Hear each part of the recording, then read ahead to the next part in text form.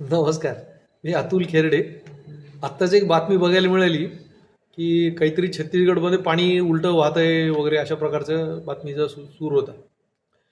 शास्त्रामध्ये याला काही आधार नाही आहे. कारण गुरुत्वाकर्षणाच्या नियमाप्रमाणे पाणी नेहमी वरून खालीच व्हायला पाहिजे. मग इथे असं वाटतंय, तसं का वाटतंय?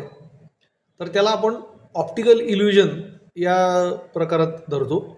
तर आजूबाजूच्या सभोवतालच्या परिसरामुळे इकडची बाजू खाली आहे आणि इकडची बाजू वर आहे अशा प्रकारचा आभास निर्माण होतो आणि त्यामुळे असं वाटतं की पाणी वर चाललेलं आहे. एक छोटासा प्रयोग बघू आपण. हे माझ्यासमोर 3 माणसं आहेत आणि हे ज्यातलं आपल्याला लक्षात येईल की डाव्या बाजूचा माणूस छोटा आहे आणि इकडचा माणूस मोठा आहे असं वाटतंय. पण प्रत्यक्षात तसं नाही आहे ते. त्याच्यासमोर 2 लाल रेषा काढल्या आहेत आणि आता कळतं की तिघांचा आकार सारखाच आहे. मग ते जर सारखा असेल आकार तर हे असं का वाटतंय इकडचा मोठा आणि इकडचा छोटा? तर त्याचं कारण त्याच्या मागे असलेल्या तिरप्या रेषा आहेत. या तिरप्या रेषांमुळे एक असा आभास निर्माण होतो की हा माणूस जवळ आहे आणि तो लांब आहे आणि त्यामुळे मग लांब असलेला माणूस जर तेवढीच आकृती असेल तर आपल्याला ती मोठी असल्याचा भास होतो. याला ऑप्टिकल इल्युजन असं म्हणतात आणि हा शास्त्रामध्ये वेल नोन प्रकार आहे. पाणी खालून वर जाण्याचा प्रकार मला तरी शास्त्राप्रमाणे मान्य नाही आहे.